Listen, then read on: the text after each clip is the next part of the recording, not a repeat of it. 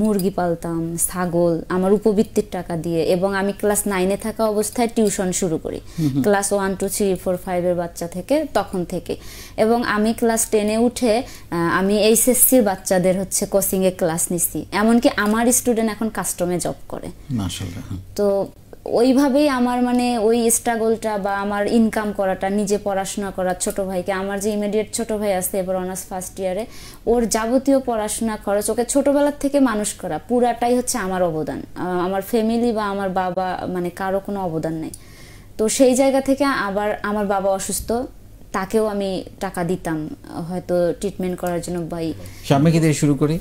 স্বামী, আপনার গল্পটা একটু বলবেন উদ্যোক্তা হওয়ার। সেইখানে নিজের বলার মতো একটা গল্প আপনাকে আসলে কি দিয়েছে? স্যার, উদ্যোক্তা হওয়ার গল্প যদি বলি, আসলে এটা অনেক কষ্ট ছিল। পথটা এতটা সোজা ছিল না, এত মসৃণ ছিল না। সেটা হচ্ছে আমি ফ্যামিলিগত দিক থেকেও একটু খুব কষ্ট করে, খুব স্ট্রাগল করে প্রথম থেকেই বেড়ে ওঠা আমার। তো আমার যখন 8 বছর বয়স তখন আমার মা মারা যায়। এবং আমার যে ইমিডিয়েট ছোট ভাই, সে এখন অনার্স পড়ে, ও হচ্ছে মাত্র 3.5 বছর বয়স। তো ওই সময়টাতে আমি হচ্ছে একা, আমার আর কোনো বড় বোন বা ছোট নেই।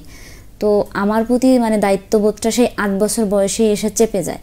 মানে আমার ছোট ভাইকে কোলে পিঠে করে মানুষ করানো, নিজের একটা পড়াশোনা বা কেরিয়ার।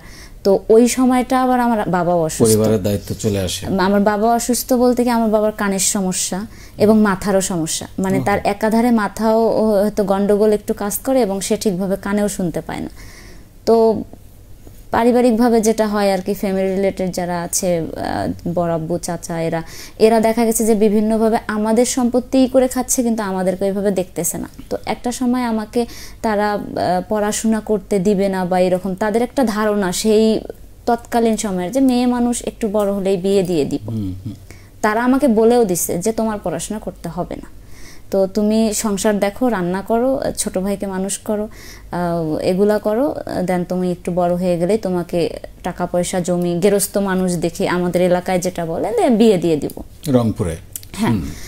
তো ওই জায়গা থেকে আমি অনেক শক্ট পাই এবং দেখা গেছে যে আমার সংসারের কাজ করতে হচ্ছে ওই বয়সে।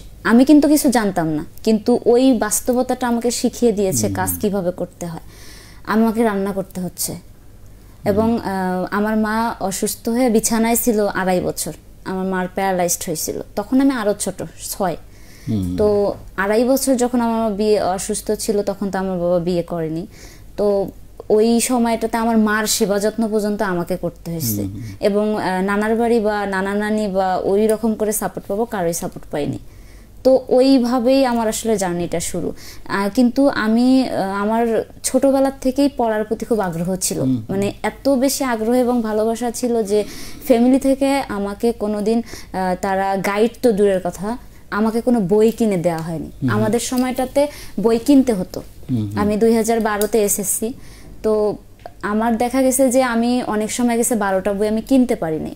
দেন আমার লাইফে প্রাইভেট কি জিনিস, একটা গাইড কি জিনিস বা কোচিং কি জিনিস, এটা আমি জানি না। পুরাটাই হচ্ছে আমার ওই যে স্কুলে যেতাম, আমার এমনও সময় গেছে যে আমি স্কুলে গেছি সকালবেলা, ভোরবেলা উঠে ঝাড়ু দেয়া, রান্না করা, সমস্ত কাজ গোছায় মাকে ভাত তুলে খাইয়ে আমি হচ্ছে স্কুলে গেছি। দেন আবার সবসময় মাথার মধ্যে প্রেশার ছিল যে তোমার আরবি শিখতে হবে। ভোরবেলা উঠে মক্তবে গেছি, সেখান থেকে আরবি শিখে এসে আবার আপনার হচ্ছে বাসায় কাজ করে রান্না করে মাকে খাইয়ে দিয়ে আবার স্কুলে গেছি। এবং এমনও হয়ে গেছে যে স্কুলের টাইম শেষ হয়ে গেছে, নিজে না খেয়ে স্কুলে গেছি। সেখান থেকে আবার মাথার মধ্যে থাকতো কি দুপুর টাইমে আমার মাকে খাওয়াইতে হবে। কোনো লোকজন ছিল না বা বাড়িতে যারা আছে তারা দেখবে না, মানে ওখানে মরে থাকলেও দেখবে না। আমি ওই টিফিন টাইমে বাচ্চারা খেলাধুলা করতো, পড়াশোনা করতো, অনেক কিছু করতো। আমি ওই টিফিন টাইমটা স্কুল থেকে ছুটে এসে আমার মাকে খাইয়ে দিয়ে আবার যাইতাম। আমার পড়াশোনার জার্নিটা এইভাবে ছিল। এবং আমি কোনো গাইড ছাড়াও সায়েন্স থেকে এসএসসি, আলহামদুলিল্লাহ রেজাল্ট খুব বেশি খারাপ না, A4 পয়েন্ট। তো ওই যে গাইডের অভাবে বা অনেকটা স্ট্রাগল করে মাঝখানে হচ্ছে আমার ব্লাডের মধ্যে ইফেক্ট হয় টাইফয়েড জ্বর। সেখান থেকে আমার 1.5 বছর পড়াশোনা বন্ধ থাকে এবং কলেজ কি জিনিস আমি জানি না। ওই আমি সেই 12র ভর্তিতে 14 সালে হচ্ছে এইচএসসি পরীক্ষা দিই এবং কোনোদিনও আমি কলেজে ক্লাস করিনি। ওটাও ছিল আমার জন্য একটা মানে পুরোটা স্ট্রাগল। তো যেহেতু বাবার টাকা পয়সা আছে কিন্তু আমরা খেতে পারতেছি না ফ্যামিলির কারণে, বাবার অসুস্থতার কারণে, মা নেই। আমার মা মারা গেল 2005-এ, 2000, হ্যাঁ। তো তারপরে 1 বছর পরে আমার বাবা বিয়ে করে, মানে টোটালি 4 বছর, 3.5 বছর পুরাটা আমার উপর। তো বাবা যখন বিয়ে করলো তখন কিছুটা চাপ কমলো, কিন্তু চাপটা আসলে কমেনি। হয়তো রান্না করতে হতো না, দেন আম্মা হচ্ছে সমস্ত কাজ করতে হতো।